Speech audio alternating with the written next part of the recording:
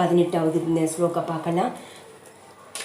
யஸ்மாத் சரம் அதிதோகம் அக்ஷராத் அபிசோதமக அதோசிமி லோகி வேதே ச பிரதித புருஷோத்தமக. கட்டுண்ட ஆத்மாவும் சரி, முக்தி பெற்ற ஆத்மாவும் சரி, புருஷோத்திரமான முழுமுதற் கடவுள் கிருஷ்ணரை யாராலும் மிஞ்ச முடியாது. எல்லா புருஷர்களும் அவரே உன்னதமானவர். உயிர்வாளிகளும் பரமபுருஷ பகவானும் தனிப்பட்டவர்கள் என்பது தற்போது தெளிவாகுது. வேற்றுமை என்னன்னா, உயிர்வாளிகள் கட்டுண்ட நிலையிலும் சரி, முக்தி பெற்ற நிலையிலும் சரி, பரமபுருஷ பகவானின் அசிங்க சக்திகளை அளவில் மிஞ்ச முடியாது.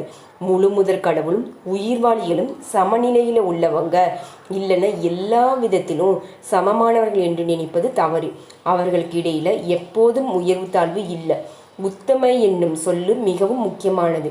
பரமபுருஷ பகவானை யாராலும் மிஞ்ச முடியாது. லோகே என்னும் சொல்லு புருஷ ஆகமத்தில் என்னும் முக்கியமான பொருளை தருது.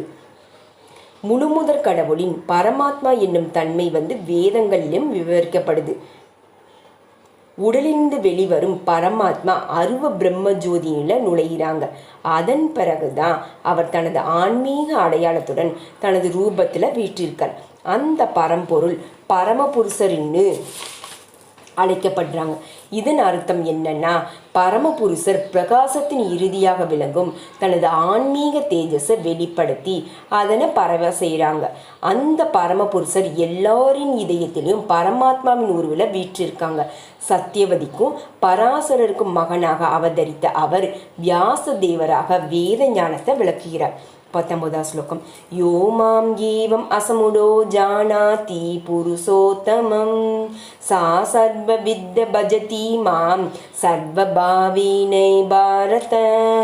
உயிர்வாளிகள் மற்றும் பூரண உண்மையின் சொரூப நிலையை பற்றி பல தத்துவ அனுமானங்கள் இருக்குது.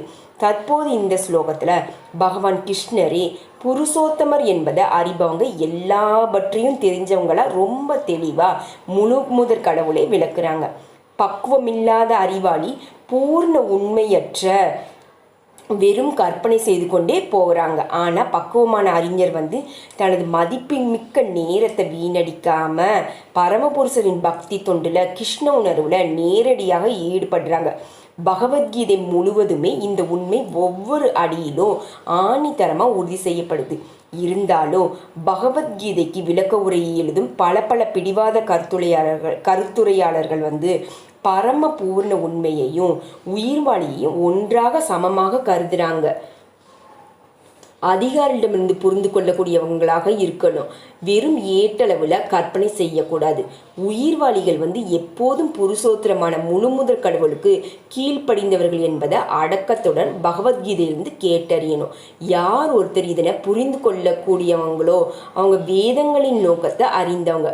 வேறு யாரும் வேதங்களின் நோக்கத்தை அறியலை. இதுதான் முழுமுதற் கடவுளான ஸ்ரீ கிருஷ்ணரோட கருத்து. பஜதி என்னும் சொல்லு ரொம்பவும் விசேஷமானது. பரமபுருஷரின் தொண்டு சம்பந்தமாக இந்த சொல்லு பல இடங்கள்ல உபயோகிக்கப்பட்டிருக்கு.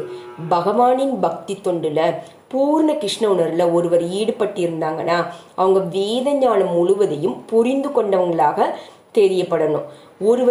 ஒருவர் கிருஷ்ணரின் பக்தி தொண்டில் ஈடுபட்டிருந்தாங்கன்னா பரம பூர்ண உண்மையை புரிந்து கொள்வதற்கான வேறு எந்த ஆன்மீக வழிமுறையும் அவங்களுக்கு தேவையில்லை என்று வைஷ்ணவ பரம்பரையில் சொல்லப்படுது.